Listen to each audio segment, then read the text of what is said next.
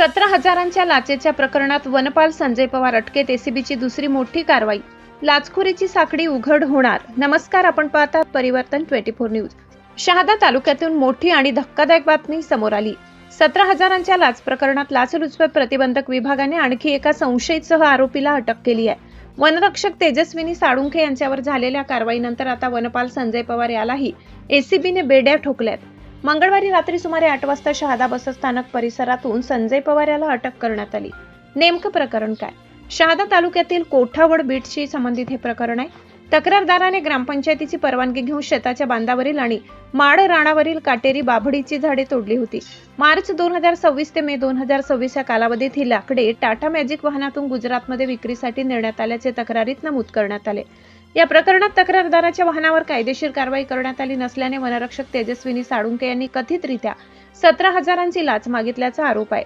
तक्रारदाराने थेट एसीबीकडे धाव घेतली. तक्रारीची पडताळणी झाल्यानंतर एसीबीने सापळा रचला आणि शहादा शिरपूर रस्त्यावर 17,000ची लाच स्वीकारल्याप्रकरणी तेजस्विनी साळुंखे यांच्यावर कारवाई केली. पण तपास इथेच थांबला नाही. एसीबीने पुढील तपास सुरू केला असता संजय पवार यांची भूमिका समोर आल्याचे विभागाकडून सांगण्यात आले. यानंतर मंगळवारी रात्री शहादा बसस्थानक परिसरातून संजय पवार याला ताब्यात घेऊन अटक करण्यात आली. या प्रकरणामुळे आता लाच मागणीच्या व्यवहारात आणखी कोणाची भूमिका होती का? लाचेची रक्कम कोणासाठी मागण्यात आली होती? या प्रकरणामागे आणखी काही जण सहभागी झाले आहेत का, असे अनेक प्रश्न उपस्थित झाले आहेत. गुन्हा दाखल तपासाला वेग.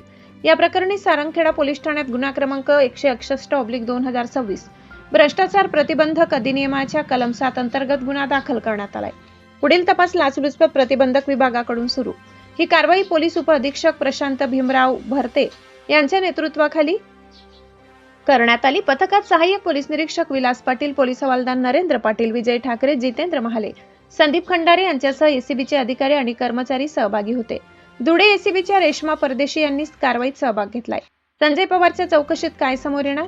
आता संजय पवारच्या चौकशीतून लाचेची मागणी, रकमेचा व्यवहार आणि या प्रकरणातील इतर व्यक्तींची भूमिका याबाबत महत्त्वाची माहिती समोर येते का, याकडे सर्वांचे लक्ष लागले. दरम्यान शासकीय कामासाठी नागरिकांकडे लाचेची मागणी करणाऱ्या अधिकारी कर्मचाऱ्यांविरोधात थेट लाचलुचपत प्रतिबंधक विभागाकडे तक्रार करण्याचे आवाहन करण्यात आले आहे. शहादा तालुक्यातील 17,000च्या लाच प्रकरणात वनरक्षकांवर आता वनपालही अटकेत. त्यामुळे या प्रकरणाची पुढची साखळी कुठपर्यंत पोहोचते हे पाहणे महत्त्वाचे ठरणार आहे. अशाच बेधडक आणि ताज्या स्थानिक बातम्यांसाठी पाहत रहा परिवर्तन 24 न्यूज.